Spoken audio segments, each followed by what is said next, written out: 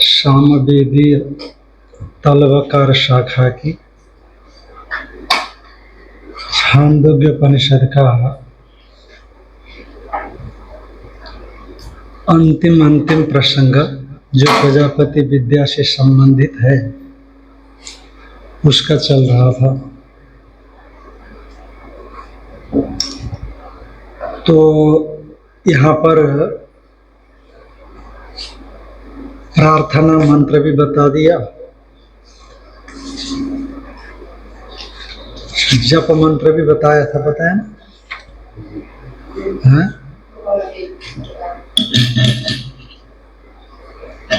हाँ, ये बता दिया था। अब उसी प्रसंग में आकाश के विषय में कहा था, दहरो अस्मिन् अंतराकाश,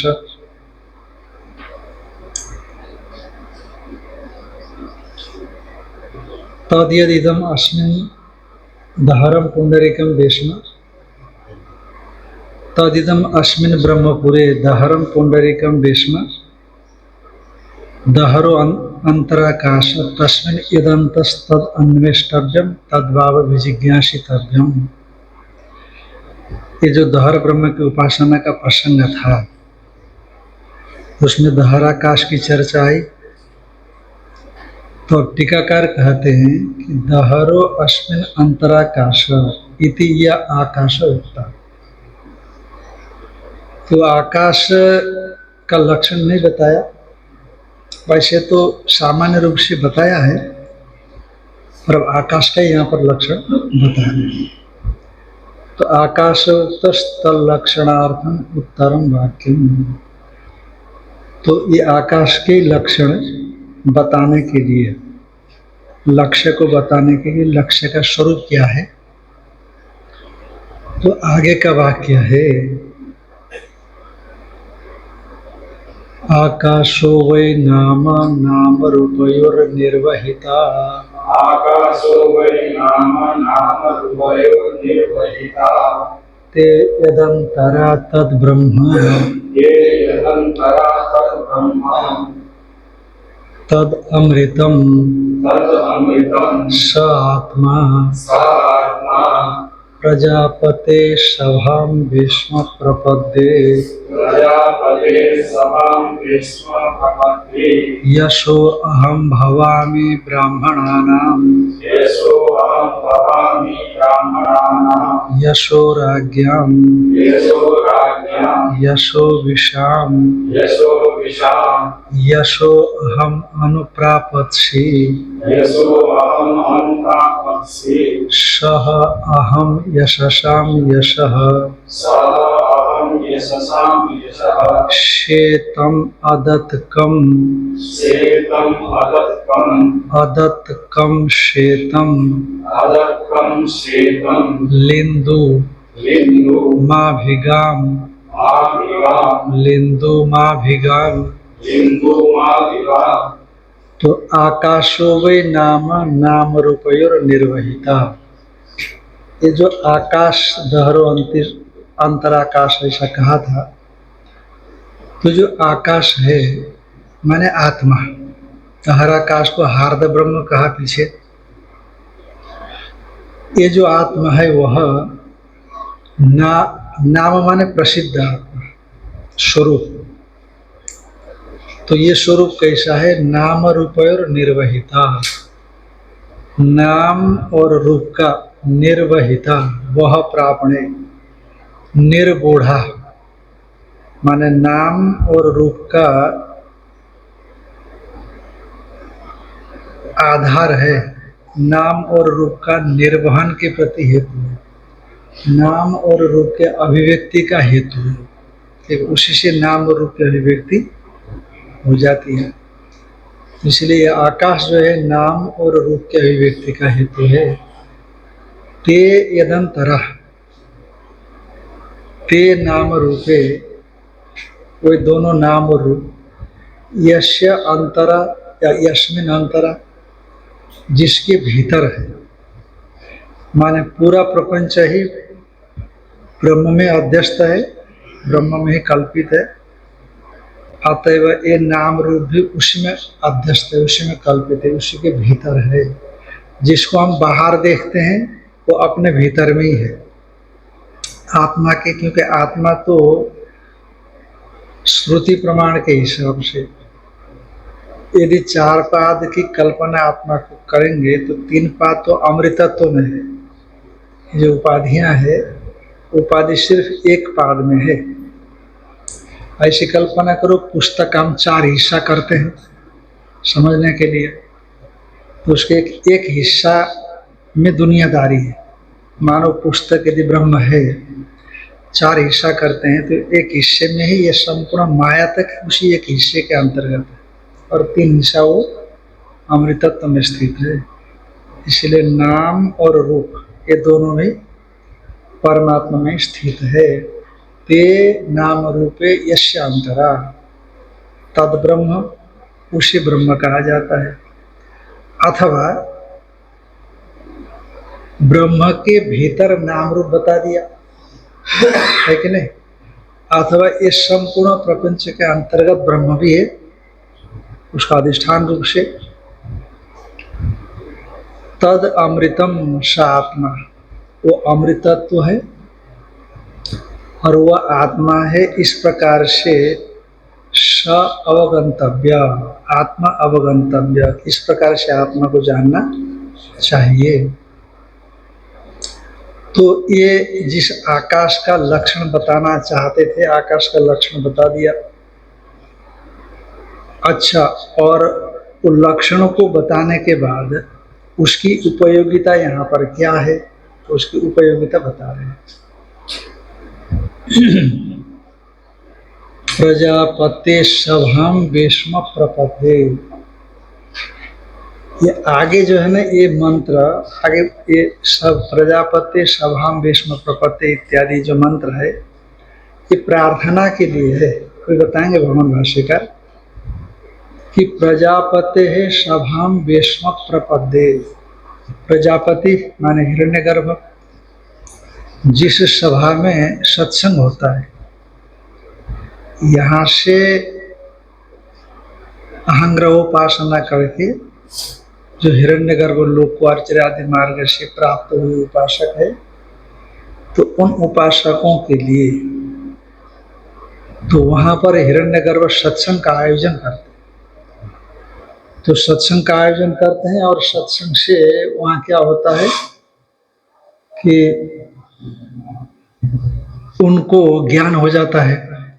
हिरण्यगर्भ लोक में ज्ञान होने में बड़ा आसान है, बस वहां पहुंचना चाहिए केवल, और सत्संग हॉल में प्रवेश मिलना चाहिए, इतना ही है। जैसे पंचाग्नि विद्योपासक है और अश्वमेध याजी है, वो जरा अंदर नहीं जाते हैं, उनको बाहर बाहर का ही अच्छा लगता है, अंदर का अच्छा नहीं लगता। और भी लोग भी है, क्योंकि इह मानवम आवर्तम नावर्तन्ते, जहां जहां लिखा हुआ है इमम मानवम आवर्तम नावर्तन्ते, माने इस मनु के संसार में नहीं आते। यदि आते ही नहीं तो नावर्तन्ते नावर्तन्ते इतना ही कह देते आप। इसमें नहीं आते हैं कहने का मतलब है कि इससे आगे वाले में आते हैं, ऐसा मालूम पड़ता है। इसके आगे में वो आते हैं। और इमम और इहा ऐसा शब्द का प्रयोग किया है, इमम और इहा। तो इहा माने यहाँ और इमम माने भी इसको प्राप्त नहीं करते। ये जो विशेषण लगा दिया गया, तो उस विशेषण से मालूम पड़ता है कि दूसरे मनु के आवर्त में वो आते हैं। तो इसीलिए वो आपको उतना ध्यान नहीं आ रहा है कौन सा उपासना के प्रसंग में वो आया है। तो वहाँ सुविधाजनक है ज्ञान प्राप्त करने के लिए, तो उसी सभा में उनको ज्ञान की प्राप्ति हो जाती है। महात्मा बढ़िया है और एकदम आत्मा छाया और पद के समान है। तो ये लोग गए हैं और ये लोग भी बहुत उत्कृष्ट है, भले पंचाग्नि वाले जो उपासक हैं उनका काम होती काफी हद शुद्ध है, वहाँ उनका मन बदल जाए कि हम ऐसा। हाँ, हो सकता है, बशर्ते यहाँ उनको परोक्ष ज्ञान के संस्कार हो। यदि परोक्ष ज्ञान के संस्कार से प्रवृत्ति होती है, आप जानते हो, अदृष्ट से फल मिलता है और संस्कार से प्रवृत्ति होती है, पर यदि परोक्ष ज्ञान के संस्कार ही नहीं है यहाँ, तो इतने कर्मों में या इतने उपासना मात्र में, या जैसे मान लो स्वर्ग लोग है, क्या स्वर्ग लोग कमजोर थोड़े ही है, बड़े बुद्धिमान लोग होते हैं वहां पर भी, और सात्विक भाव रहता है वहां पर भी, पर यदि चाहे तो वहां भी, पर संस्कार कैसे हैं, भोग के हैं, भोग में ही प्रवृत्ति होती रहती है। तो हिरण्यगर्भ संबंधी जो भोग होंगे तो उन लोगों की उसी में प्रवृत्ति होने से उनको ज्ञान में प्रवृत्ति नहीं होती। तो प्रजापते है सभाम वेश्म प्रपदे येषो अहम भवामि ब्राह्मणानाम। तो अब ये जो प्रार्थना जो मंत्र है, इन प्रार्थना मंत्र को करता है उपासक, कि यश कहते आत्मा, यह शब्दवाच्य क्या है, आत्मा। अहम ब्राह्मणानाम यशो भवानी, मैं ब्राह्मणों का आत्मा हो जाता हूँ, मैं हूँ या हूँ ऐसा समझना। भवामी माने भवानी, भवामी का मतलब तो होता हूँ ऐसा होता है। मैं ब्राह्मणों का आत्मा यश होता हूँ, तो भवानी बोलेंगे तो हूँ ऐसा हो जाएगा। तो ये हूँ अर्थ है ये। अभी तो उपासक नीचे धरती में बैठ करके उपासना करते समय प्रार्थना कर रहा है ना, हूँ। तो यशो राज्ञाम, राजा माने क्षेत्रीय, मैं क्षेत्रियों का यश माने आत्मा हो जाऊं। यशो विषाम माने वैश्यों का मैं आत्मा हो जाऊं। यशो अहम अनुप्रापत्सी, हाँ, मैं आत्मा को ही प्राप्त करना चाहता हूँ। अहम यशो अनुप्रापत्सी, यश द्वितीय का एक वचन, प्रथमा का द्वितीय का एक वचन समझना, कर्म है वो। सह अहम यशसाम यश, इसीलिए मैं जो है, जो भी यश माने आत्मा, जो भी आत्म रूप से स्वीकार्य है, जिनको हमने आत्म रूप से स्वीकार किया हुआ है, देह को भी हमने आत्म रूप से स्वीकार किया है, इंद्रियों को भी कितने बार आत्म रूप से स्वीकार किया है, मन को भी आत्म रूप से स्वीकार किया है, बुद्धि को भी आत्म रूप से स्वीकार किया है। इसलिए आत्मत्वेन अभिमतानाम देहेंद्रियादीनाम, आत्मत्व रूप से अभिमत, सचमुच आत्मा नहीं है। तो सह अहम मैं, वह मैं, यशसाम यश भवानी हूँ, माने देह इंद्रिय इत्यादि जिनको हमने आत्मत्व में स्वीकार किया है, उन सब का वास्तव में पारमार्थिक आत्मस्वरूप मैं हो जाऊं।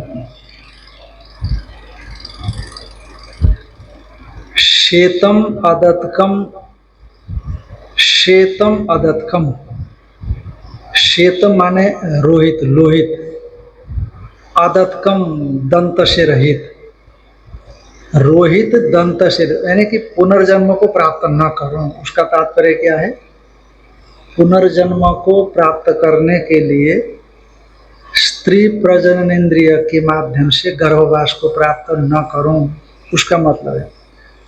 तो पहले श्वेतम का अर्थ है रोहित, और अदत्कम का अर्थ है दंत रहित, और अदत्कम का अर्थ है भक्षयित्री, भक्षण करने वाली। यश है, वीर्य है, सामर्थ्य है, शक्ति है, कांति है, स्त्री प्रजननेन्द्रिय के लिए कहा गया है। तो उसको मैं प्राप्त न करूं, माने लिंदु, लिंदु कहते हैं जो अशुद्ध है, आदतकम श्वेतम लिंदु माने जो अशुद्ध है, उसको माभिगाम मैं प्राप्त न करूं, लिंदु माभिगाम मैं प्राप्त न करूं, ये उसका तात्पर्य है। दो वचन अत्यंत अनर्थ का हेतु तो प्रदर्शन करने के लिए है कि जो श्वेतम अदत्कम है वो अत्यंत अनर्थ का हेतु होने से उसको मैं प्राप्त न करूं। आकाशो व इत्यादि ब्रह्मणो लक्षण निर्देशार्थम आध्यानाय। आकाशो व इत्यादि, ये ब्रह्म के लक्षण का निर्देश करने के लिए का क्यों आध्यानाय, ध्यान के लिए है। आकाशो वै नाम, माने श्रुतिषु प्रसिद्ध आत्मा, श्रुतियों में जो प्रसिद्ध आत्मा वही आकाश शब्द वाच्य है, ऐसा समझना। आकाश इव अशरीरत्वात् सूक्ष्मत्वाच्च, सादृश्य क्या है आत्मा और आकाश में है। आपने आकाश शब्द से उपस्थिति वाच्यत्व है ना, भूताकाश आता है। आपने भूताकाश को न लेकर के किसको ले रहे हैं, आत्मा को ले रहे हैं आकाश शब्द से, और यश शब्द से भी आत्मा को ही ले रहे हैं, और आकाश शब्द वाच्य भी आत्मा को ले रहे हैं। तो कोई शब्द सादृश्य होना चाहिए, तो सादृश्य का उपादान करते हैं, युक्ति देते हैं। आकाश इव अशरीरत्वात् आत्मना, जैसे आकाश अशरीरी होता है उसी तरह से आत्मा भी अशरीरी है, और जैसे आकाश सूक्ष्म है वैसे आत्मा भी सूक्ष्म है। तो इसीलिए अशरीरत्व और सूक्ष्मत्व ये सादृश्य को लेकर के हमने आकाश को आत्म रूप से कहा, ये सादृश्य है। सच आकाशो नाम रूपयो स्वात्मस्थयोर जगत बीज भूतयो सलिलस्य इव फेन स्थानीयोर निर्वहिता निर्वोढ़ा व्याकर्ता अभिव्यक्ति हेतु। व्याकर्ता माने अभिव्यक्ति का हेतु। उस आकाश व आकाश कैसा है कि निर्वहिता निर्वोढ़ा व्याकर्ता, यह आकाश के विशेषण है। आकाश निर्वहन, नाम रूपयो पद आया है मूल में, तो नाम रूपयो का अर्थ करेंगे आगे। तो आकाश नाम रूप का निर्वहन करने वाला है, उसी को निर्वोढ़ा कह दिया त्रिच प्रत्यय करके, वह प्रापणे धातु से त्रिच करके निर्वोढ़ा बन जाता है। तो व्याकर्ता व्याकरण करने वाला है, अभिव्यक्ति करने वाला है। प्रविश्य नाम रूपे व्याकरवाणी, उसी अर्थ में है। का नाम रूप का मतलब क्या है, का नाम रूपयो हो स्वात्मस्थयो, स्वरूपस्थयी है नाम रूप, उसको छोड़ करके अलग उनकी सत्ता ही साबित नहीं होगी। नाम और रूप अभी अव्याकृत के रूप में है, ध्यान रखना। अभी देखो वहाँ के विषय में चर्चा हो रही है अभी, इधर तो अभिव्यक्त आत्मा नहीं, अभिव्यक्त जगत ऐसा नहीं, जो अनभिव्यक्त नाम रूप है, अनभिव्यक्त जो नाम रूप है। स्वात्मस्थयो कारण दशा, स्वात्मस्थयो, इसीलिए आगे क्या कहा, जगत बीज भूतयो, जो जगत का बीज भूत है, बीज है, बीज तो सूक्ष्म होगा ना। सलिलस्य एव फेन स्थानीयो, जैसे सलिल का फेन होता है, सलिल का फेन होता है, तो उसी तरह से वो आत्मा में जो अव्याकृत है बीज है, और बीज में वो नाम रूप है, अनभिव्यक्त रूप से बैठा हुआ है। तो उन सब का निर्वहिता माने निर्गुणा, यानी व्याकर्ता माने अभिव्यक्ति का वो हेतु है। ये सब अभिव्यक्ति हेतु, ऐसा निर्वहिता, निर्गुण, व्याकर्ता और सहज बनाने के लिए अभिव्यक्ति हेतु हो, ऐसा व्याकर्ता, व्याकरण करने वाला, विस्तार करने वाला, फैलाने वाला, सत्ता स्फूर्ति देने वाला, अभिव्यक्त करने वाला। ते नाम रूपे यदंतरा यस्य ब्रह्मणो अंतरा, वे जो नाम रूप है जिस ब्रह्म के मध्य वर्ते थे, कोई नाम रूप जिस ब्रह्म के अंतरा माने भीतर, आभ्यंतर, मध्य वर्ते थे। अथवा भगवान भाष्यकार को ब्रह्म के मध्य में नाम रूप को रखना, इतना ही अर्थ ठीक नहीं जचा। उसका दूसरा भी अर्थ पलट देते हैं, तयोर्व नाम रूपयो अंतरा मध्य, माने ब्रह्म के मध्य में तो नाम रूप है ही, क्योंकि व्यापक ब्रह्म है तो नाम रूप भी उसी में अध्यस्त है, और ब्रह्म के सत्ता से सत्तावान होकर के नाम रूप अभिव्यक्त हो जाते हैं, इसलिए ब्रह्म उसका व्याकर्ता निर्गुणा हो गया। तो ब्रह्म के भीतर वो है ना, जैसे किसी मटके के भीतर में कोई चीज होती है तो कोई जरूरत है कि उस चीज में मटका भी होता है क्या? जैसे इस डब्बे के भीतर में पेन है तो पेन में डब्बा थोड़ी होता है, नहीं होता, पर यहाँ ऐसा नहीं है।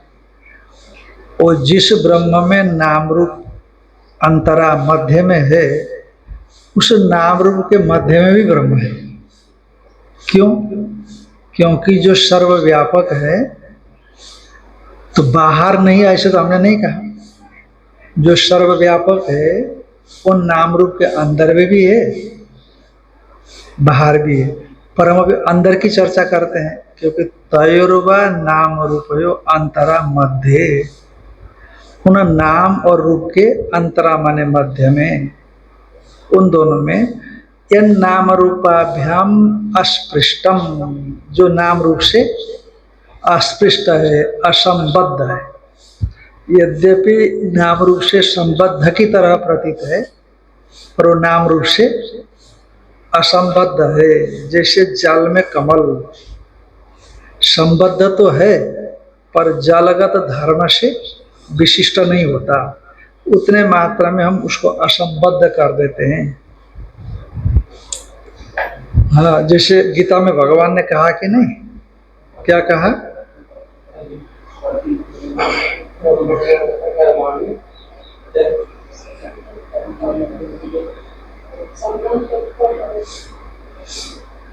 पश्यन् शृण्वन् स्पृशन् जिघ्रन् अश्नन् गच्छन् स्वपन् श्वसन् प्रलपन् विसृजन् गृह्णन् उन्मिषन् निमिषन् अपि ब्रह्मण्याधाय कर्माणि संगम त्यक्त्वा करोति लिप्यते न स पापेन पद्मपत्र मीमांसा। हमको ये चाहिए ना, पद्मपत्र मीमांसा, जिसे अम्भसा माने जले ना, जल से जैसे कमल का पत्ता संबद्ध नहीं होता, गीला नहीं होता, उसी तरह से जो व्यक्ति ब्रह्म में ही कर्मों का आधान करके कर्म संपादन करता है, समर्पित कर देता है, तो उस कर्म का संबंध इस साधक के साथ नहीं होता, सिर्फ सुचित्त ही शुद्ध होता है।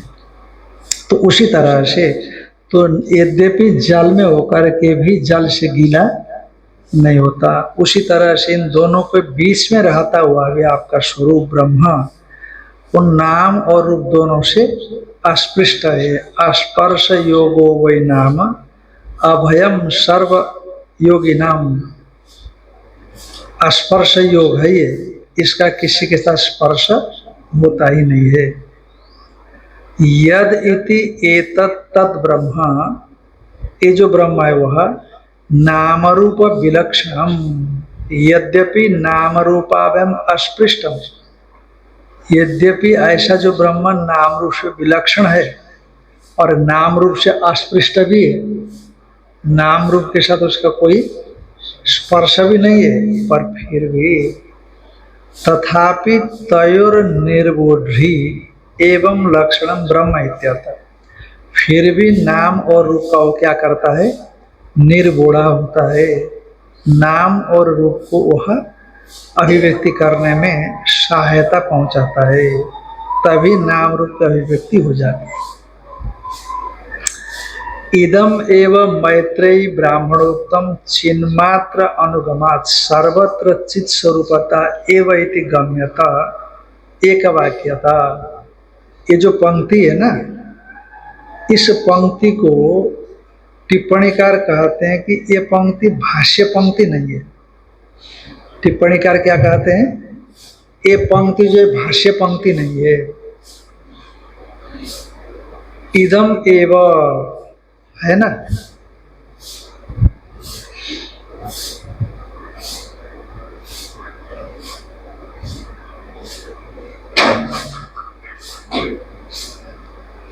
कि मैंने कहीं पढ़ा तो है,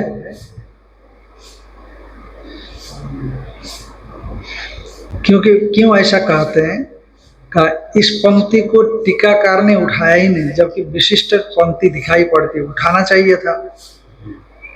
देखो टिप्पणी में दूसरी पंक्ति, वस्तुतस्तु, वस्तुतस्तु इदम इत्यादि एक वाक्यता इति अंतम, इदम एव यहाँ से लेकर के एक वाक्यता यहाँ तक की जो पंक्ति है, ठीक है ना।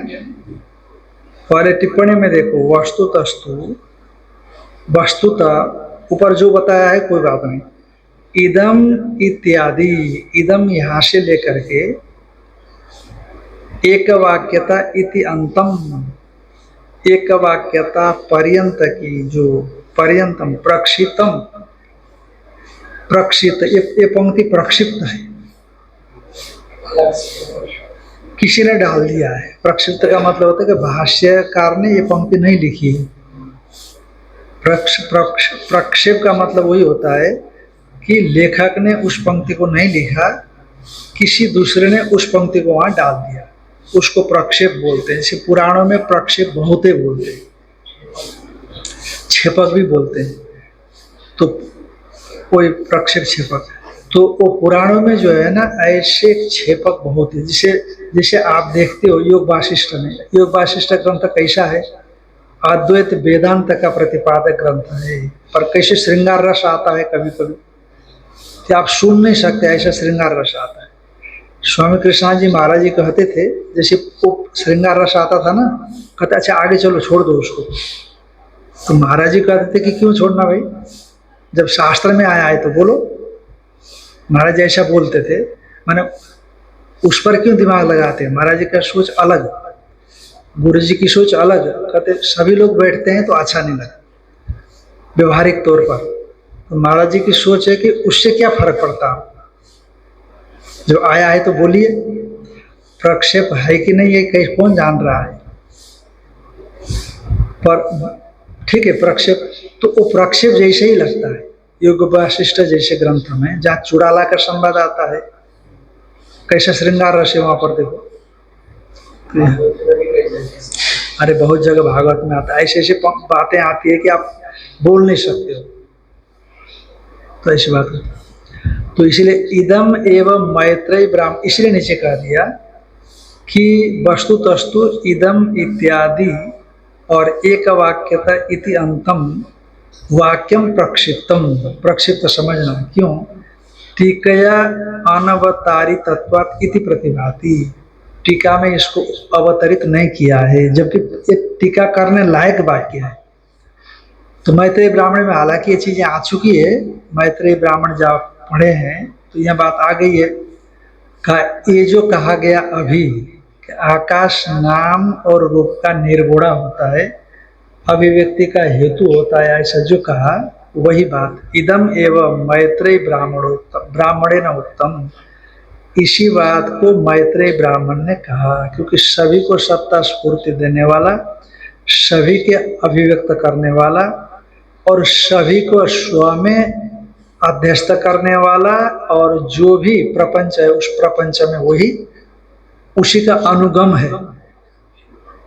जैसे जितना भी फैन दिखाई पड़ेगा आपको, उसमें जल का अनुगम होता है, जल का उसमें अनुसूत होता है, और जितना भी प्रपंच दिखाई पड़ता है उसमें सत की अनुवृत्ति, घट सत पट सन मठ सन, ऐसा व्यवहार होता है। तो उसी तरह से ये चिन्ह मात्र माने ब्रह्म आकाश वो सर्वत्र अनुगत है, जैसे मैत्रेय ब्राह्मण में कहा वैसे यहाँ पर भी कहा जा रहा। इदम एवं मैत्रेय ब्राह्मणेन उत्तम, यही बात को मैत्रेय ब्राह्मण ने भी कहा, माने चिन्ह मात्र अनुगमात सर्वत्र, सर्वत्र चैतन्य की अनुगति विद्यमान है। अतएव चित स्वरूपता एवं, सर्वत्र चित की अनुगति है, नाम रूप का बाध कर देने पर चित स्वरूपता ही जाना जा रहा है। इति गम्यते एक वाक्यता, इसलिए एक वाक्यता उसकी और इसकी जानी जा रही है। कथम तद अवगम्यत, ये जो पूर्व में आपने कहा नाम और रूप सब का निर्गुण है, आकाश आत्मा है, ये जो कहा, तो ये पंक्ति जो है ना सचमुच प्रक्षिप्त जैसा लगता है, क्योंकि एकदम से वहां की बात भाष्यकार ऐसा नहीं उठाते हैं ना, बहुत कम उठाते हैं। तो कथम तद अवगम्यते, कैसे इस बात को आपने कहा कि आकाश सभी का निर्गुणा है। स आत्मा कहा ना, स आत्मा, वो आत्मा अमृत ब्रह्म है, ऐसा जो कहा था स आत्मा, उसी को कहते हैं। अब आगे का पहले व्याख्यान कर रहे हैं। स आत्मा तद ब्रह्म तद अमृतम, इसको छोड़ दिया। भाष्यकार भगवान की भाष्य व्याख्यान की ये शैली है, कभी क्रमशः व्याख्यान करते चले जाते हैं और कभी आगे के वाक्य को उठा करके व्याख्यान करते हैं, पहले वाक्य को बाद में कर देते हैं। तो अब यहाँ तद ब्रह्म तद अमृतम, उसको बाद में ले रहे हैं, स आत्मा को पहले ले रहे हैं व्याख्यान की सुविधा से।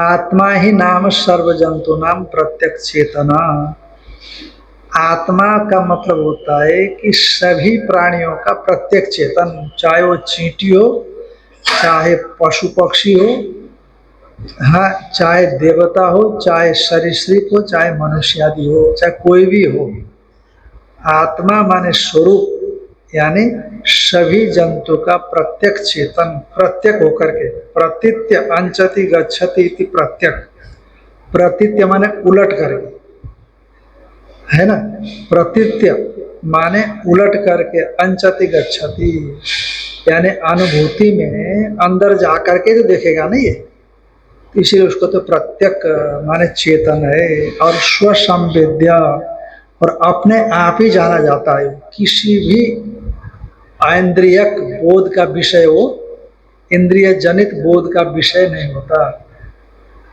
जैसे घट को हम घट ज्ञान से जानते हैं, इंद्रियों से जानते हैं, बुद्धि मन से जानते हैं, पर इसको जानने के लिए इनकी आवश्यकता नहीं होती है, क्योंकि इनसे वह प्रकाशित होता ही नहीं। क्यों? क्योंकि इन सब का प्रकाशक वही है। अब जैसे जो वस्तुएं हैं, वस्तुओं से सूरज को कैसे जानेंगे आप? वस्तुओं से अनुमान करेंगे, बस वस्तु प्रकाशित हो रही है तो प्रकाशक कोई है, और वस्तुएं प्रकाशित हो रही है।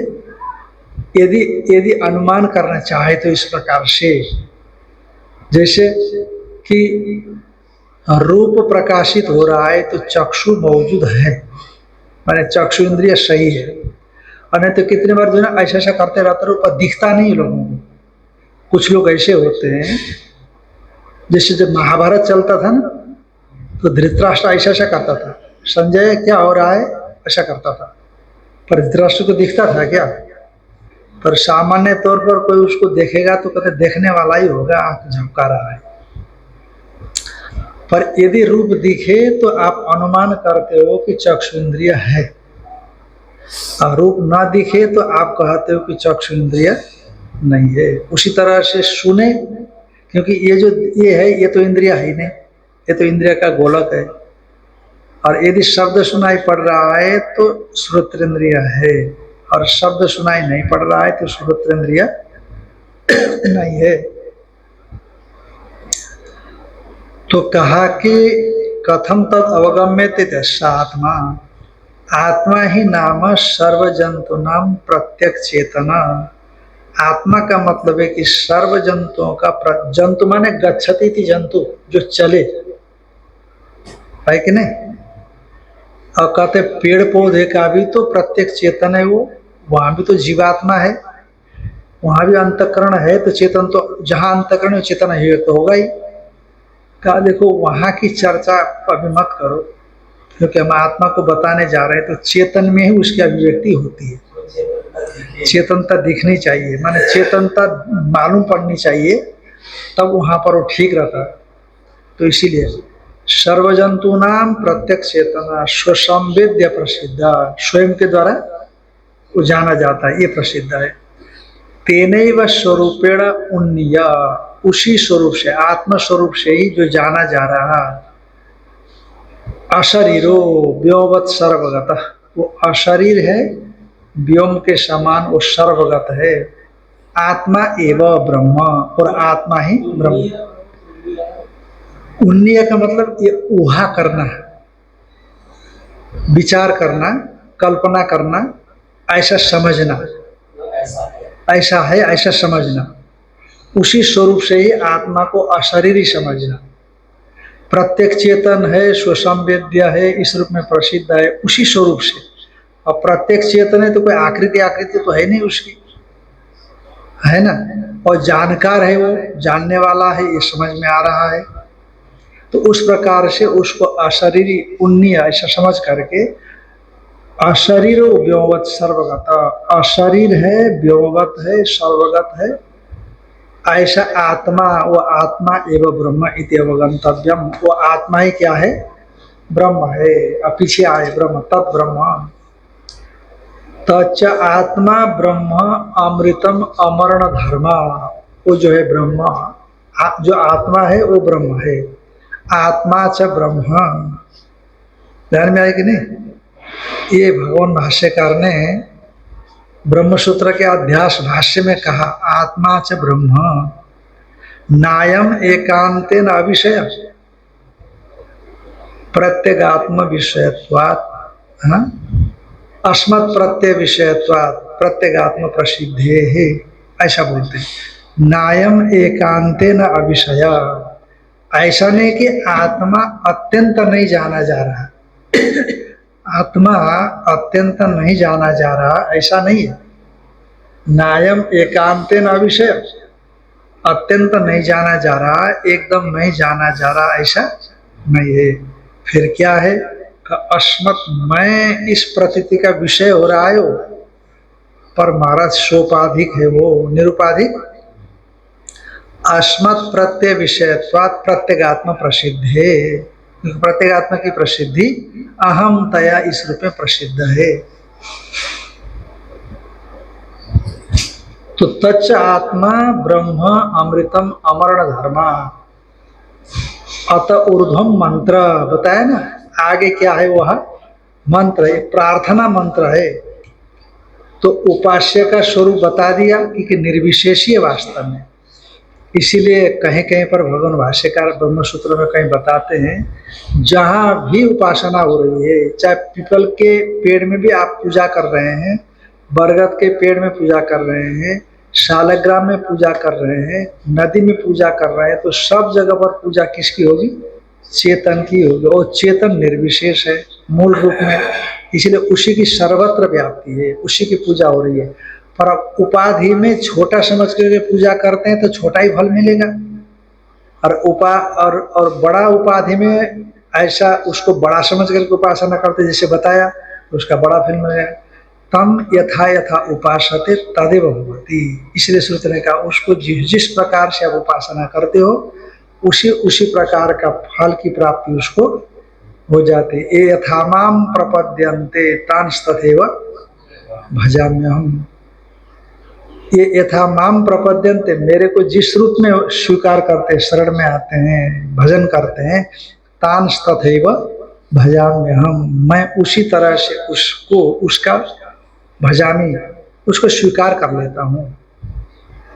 और यही बात शांडिल्य विद्या में आई है, यथा क्रतु पुरुषो भवति त स इह प्रेत्य भवति, जिस प्रकार के संकल्प वाला पुरुष यहाँ होता है, वो मरने के अनंतर उसी संकल्प वाला होता है। तस्मात् क्रतुम कुर्वीत, इसीलिए शुद्ध संकल्प करें, अच्छा संकल्प करें, बुरा संकल्प न हो। वहाँ पर शांडिल्य विद्या में देखना, ये श्रुतियों का तात्पर्य जो है एक ही तरह का है सब जगह। अर्थ ऊर्ध्व मंत्र, ये प्रार्थना के मंत्र है। प्रजापति चतुर्मुख, चतुर्मुख जो प्रजापति, अब हिरण्यगर्भ ही समझना है ना, क्योंकि सभाम वेश्मा, प्रजापति का सभा, प्रजापति की सभा की चर्चा पीछे भी हो चुकी है। तत्र अरश्चरण्यश्च इति अर्णवौ प्रभु विमितम मंडपम, हाँ इत्यादि इत्यादि आए थे पीछे। तो प्रजापति चतुर्मुख तस्य सभाम वेश्म, सभागृह, वेश्म माने गृह, प्रभु विमितम स्वयं परमात्मा ने अपनी कल्पना, आर्किटेक्ट है वो भी, बहुत बड़ा आर्किटेक्ट है वो, स्ट्रक्चरल डिजाइनर भी वही है, आर्किटेक्ट भी वही है, मिस्त्री भी वही है, मजदूर भी वही है, ठेकेदार भी वही है, सब कुछ वही है कि नहीं। जब उसने बनाया तो वो अकेले था ना कि नहीं था, पर लोग मानते नहीं, उसको स्वीकार करने को तैयार नहीं होते। अब उपादान भी वही है, निमित्त भी वही है, डिजाइन भी उसी ने तैयार किया है, और कैसे इसको बनाना है, पत्थर कहाँ कैसे सेट करना है, ये उसी ने सेटिंग किया है। अभी हम सरिया लोहा वहा सेटिंग करते हैं, पत्थर सेटिंग करता है, कहाँ पर पहाड़ रखना है, कहाँ पर समतल रखना है, संतुलन बनाना है, धरती को कहीं टेढ़ी ना हो जावे। वो कहते हैं चीन ने इतना बड़ा डैम बना करके रखा है कि धरती को घूमने में, कुछ अपने कक्ष में घूमने में डिस्टर्ब हो रहा है या धरती टेढ़ी हो रही है, बोलते हैं ऐसे कभी भी आता है, पर उसने जो बना करके दिया है वो संतुलित है। तो कहा प्रजापति, हाँ प्रभु विमितम वेश्म प्रपद्य गच्छेयम, ऐसा जाऊं, किंच यशो अहम, यशो नाम आत्मा अहम भवामी ब्राह्मणानाम, मैं यश नाम का आत्मा हो जाऊं, यानी ब्राह्मणों का आत्मा बन जाऊं मैं। तम परादात, बृहदारण्य के पीछे आया था, ब्राह्मणा तम परादात यो ब्राह्मणान अन्यत्र ब्रह्म वेद, जो ब्राह्मण से भिन्न ब्रह्म को समझता है वो ब्राह्मण परादात हटा देते हैं, क्षेत्रीय हटा देते हैं, वैश्य हटा देते हैं, सभी लोग हटा देते हैं, जो सभी से भिन्न अपने को मानता है, ब्रह्म को समझता है। इसलिए ब्राह्मणों का आत्मा बन जाऊं। ब्राह्मणा ये वही, ब्राह्मण को क्यों कहा ऐसा, पहले क्षेत्रीय को कह देते, वैश्य को कह देते, कभी कभी श्रुति भी कह देती ना, समानता दिखाने के लिए। तो कहते ब्राह्मणा ये वही विशेषतः समुपासते। अब क्या किया जाए, विशेष करके इनका काम ही ऐसा होता था, त्याग, तपस्या, भिक्षा, एकांत सेवन इनका होता था। क्षेत्रीय लोग राजा होते थे, व्यवस्था बनाते थे, इसलिए ब्राह्मणों का ही विशेष करके उपासना होती थी, ब्राह्मण ही करते थे, इसलिए उनको कहा गया ब्राह्मणा ये वही विशेषतस्तम उपासते तथा तेषाम यशो भवानी, इसलिए उनका भी मैं यश हो जाऊं, आत्मा हो जाऊं।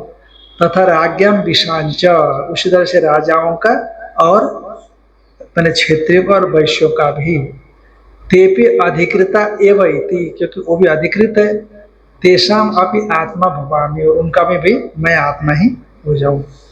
तद यशो अहम अनुप्रापत्सि, अनुप्राप्तम इच्छा में, इसीलिए अब जो मैं यश आत्मा जो आकाश शब्द से कहा गया है उनको मैं प्राप्त करूं, माने अब सभी का हो गया हो, क्या हो गया, मैं उस यश आत्मा को प्राप्त करूं, माने सभी का आत्म स्वरूप को मैं प्राप्त करूं। तो सर्वांतर यामी है वो, सर्वस्वरूप सर्वांतर है। सह अहम यशसाम आत्मनाम, सभी आत्माओं का मैं आत्मा हूं। तो कितने आत्मा है भाई आपके पास, हमने तो एक ही अद्वितीय आत्मा सुना है, सजातीय स्वगत विजातीय भेद से रहित। तो कहते देहेंद्रिय मनोबुद्धि लक्षणानाम, देह भी आत्मा है, इंद्रिय भी आत्मा है, मन भी आत्मा है, बुद्धि भी आत्मा है। इनके जो आत्मत्व अभिमत, जिसका आत्मरूप आपने ग्रहण किया वो सब आत्मा है। तो उन आत्माओं का मैं क्या हो जाऊं, आत्मा स्वरूप हो जाऊं। किमर्थम अहम एवं प्रपद्ये इति, प्रजापति के सभागृह को मैं किस लिए प्राप्त करूं। एवं अहम किमर्थम आत्मानं प्रपद्ये इति, सभा विश्व नहीं, ये जो आत्मा है ना ब्राह्मण इत्यादियों का, इस प्रकार से मैं किस प्रयोजन की सिद्धि के लिए उस आत्मा को प्राप्त करूं जो सभी का आत्मा है। कभी संसार में न जाऊं, इसीलिए यदि मैंने आत्मा को प्राप्त नहीं किया फिर गर्भ में जाना पड़ेगा, पैदा तो होना पड़ेगा ना। तो ताकि गर्भ में न जाना पड़े इसलिए मैं उस आत्मा को प्राप्त करना चाहता हूं। मेरा आत्मा प्राप्ति का प्रयोजन इतना ही है। श्वेतम वर्णतः पक्व बदर समम, वर्ण से पक्व पका हुआ बदर के समान, रोहितम लोहित है, तदा अदत्कम दंतरहितम अपि, दंतरहित है, स्त्री व्यंजन, भक्षयित्री माने खाने वाला है, कहते किसको, जो उसका सेवन करता है, माने उसके तेज, उसका बल, उसका वीर्य, उसका विज्ञान और उसके जो धर्म है उन धर्मों का अपहंत्री, विनाशयित्री, नाश करने वाली है। इति एतत् इति एवं लक्षणम श्वेतम लिंदु, इस प्रकार का जो लिंदु माने पिछिल, पिछिल माने अशुद्ध, अशुद्ध स्त्री जननांग को मैं प्राप्त न करूं, तन माभिगाम माभिगच्छयम, मैं प्राप्त न करूं, का द्विर्वचनम अत्यंत अनर्थ हेतुत्व प्रदर्शनार्थम, जो दो वचन दिया तो वह अत्यंत अनर्थ का हेतु है, इसका कथन करने के लिए कहा गया। बस इतना ही रख लेते हैं, है ना। तो कल हम लोग देखेंगे पूरा। ओम आप्यायन्तु ममांगानि वाक्प्राणश्चक्षुः श्रोत्रमथो बलमिन्द्रियाणि